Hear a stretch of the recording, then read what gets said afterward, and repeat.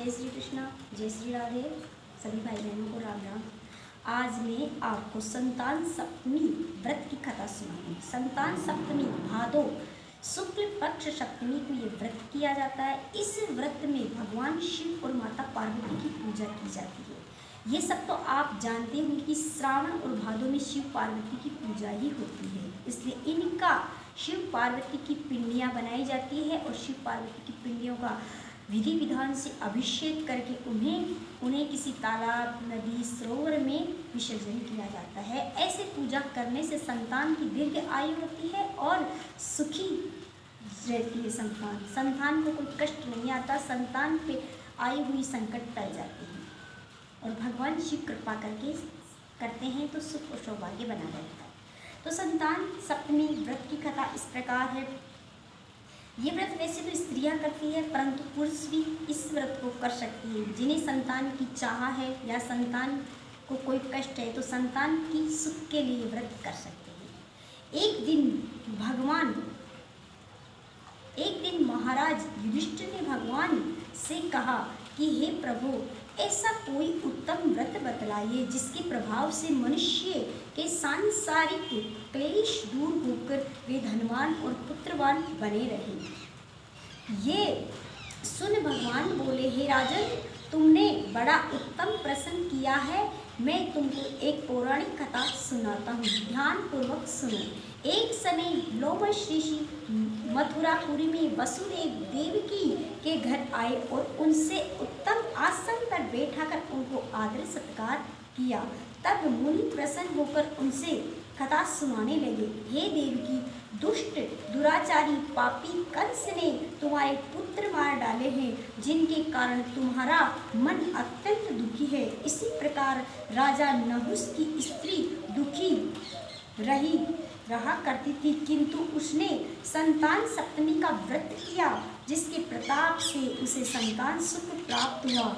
ये सुनकर देवकी ने मुनि से कहा, हे मुनिवर, कृपा करके इस व्रत को सविस्तार पूर्वक मुझे बतलाइए, जिससे मैं भी इस दुख से छूटकर संतान प्राप्त करूं।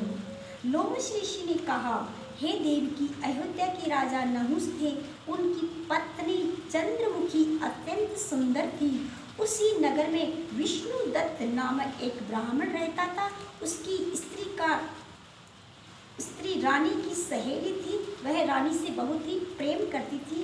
उस दिन वे सरयू नदी, वह अत्यंत सुंदर भी थी और चंद्रमुखी की सहेली थी। एक दिन वे सरयू नदी पर कुछ स्त्रियां को एक मंडप में शिव और पार्वती की मूर्ति स्थापित कर उनकी पूजा करते हुए देखा। तो रानी व ब्राह्मण ने यह देखकर उन स्त्रियों से पूछा, हे बहनों, ये सब तुम क्या कर रही हो और किस देवता का पूजन कर रही हो और किस चीज के लिए कर रही हो? तब ये सुनकर वह स्त्रियां बोली, हम संतान सप्तमी का व्रत कर रहे हैं। ये सुनकर रानी व ब्राह्मणी ने भी व्रत करने के लिए मन ही मन संकल्प ले लिया।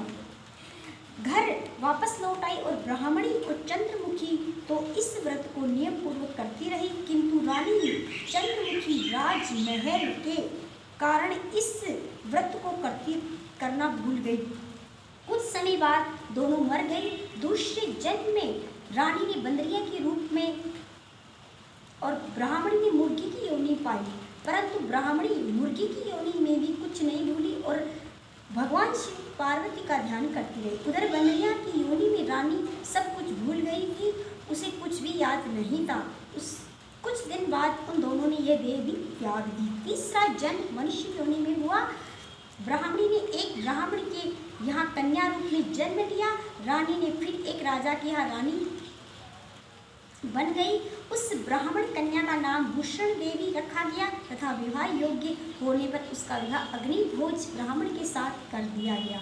भूषण देवी के अति सुशील स्वभाव वाले 8 पुत्र थे। ये शिवजी के व्रत के प्रभाव से हुए थे, इसलिए वह बहुत ही सुंदर और सुशील और संस्कारी और ज्ञानवान और विद्यावान थे।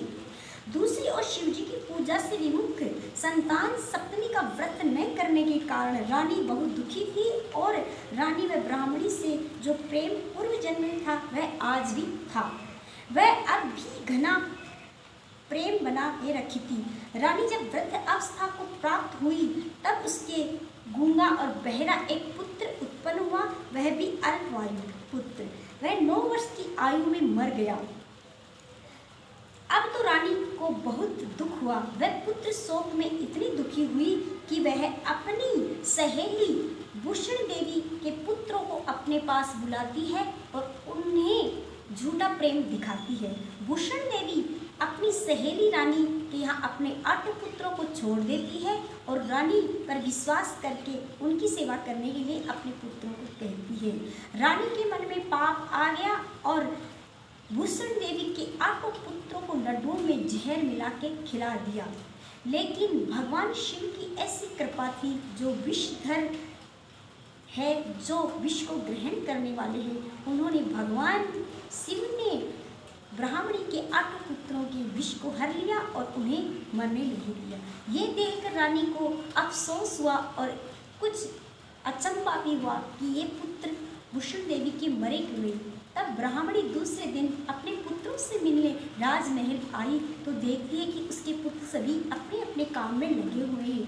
तब रानी ने भूषण देवी से कहा कि हे ब्राह्मणी, तुमने ऐसा कौन सा जतन किया है और ऐसा कौन सा काम किया है, कौन सा पुण्य किया है जिसकी वजह से तुम्हारे पुत्र मरे नहीं। मैंने तुम्हारे 8 पुत्रों को जहर के लड्डू खिलाए थे, परंतु इनमें से एक भी नहीं मरा और एक मैं हूँ जो अल्प आयु पुत्र हुआ, वह मर गया, वह भी गूंगा बहरा।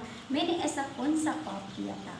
तब भूषण देवी ने सब कुछ रानी को बताया, अपने पिछले जन्म की कथा सुनाई और कहा कि पूर्व जन्म में तूने संतान सप्तमी व्रत करने का संकल्प किया था, परंतु तूने एक ही व्रत करके छोड़ दिया और मैंने व्रत पूर्ण किया था।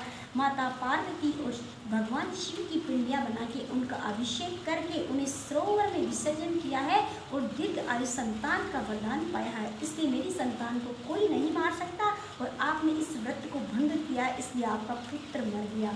तब रानी ब्राह्मणी के चरणों में गिर गई और ब्राह्मणी से कहने लगी, हे ब्राह्मणी, तुम मेरी सखी हो, इसलिए मैं तुमसे प्रार्थना कर रही हूँ, मुझे भी इस व्रत को करवाओ। तब ब्राह्मणी को दया आई और रानी को संतान सप्तमी का विधि विधान से व्रत करवाया और उद्यापन करवाया। उसके बाद में रानी के भी 9वें महीने व्रत अवस्था में एक सुंदर और सुशील राजकुमार ने जन्म लिया, जिसके जन्म लेने के बाद में रानी परम सुखी हुई और उसे अपना राजपाट देकर वह मृत्यु को प्राप्त हुई। अंत में वह वैकुंठ में गई और उसका पुत्र राज्य करने लगा।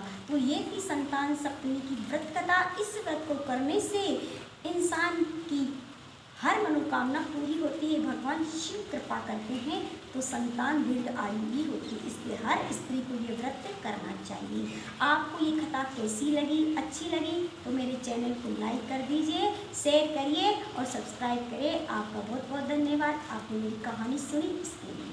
जय श्री राधे, जय श्री